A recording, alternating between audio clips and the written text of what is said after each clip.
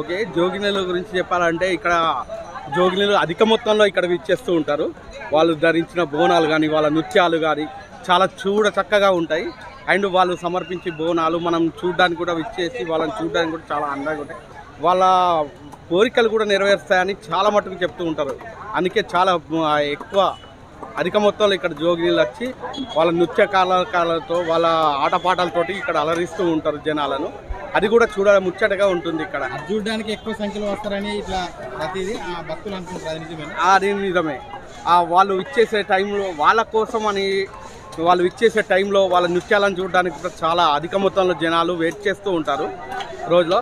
And ఈ రోజు అంతా ఇలానే నడుస్తూ ఉంటుంది. జోగినీళ్ళు వస్తూ ఉంటారు, సంబరాలు వాళ్ళని చూడడానికి అండ్ వాళ్ళ మొక్కులు మెచ్చుకోవడానికి.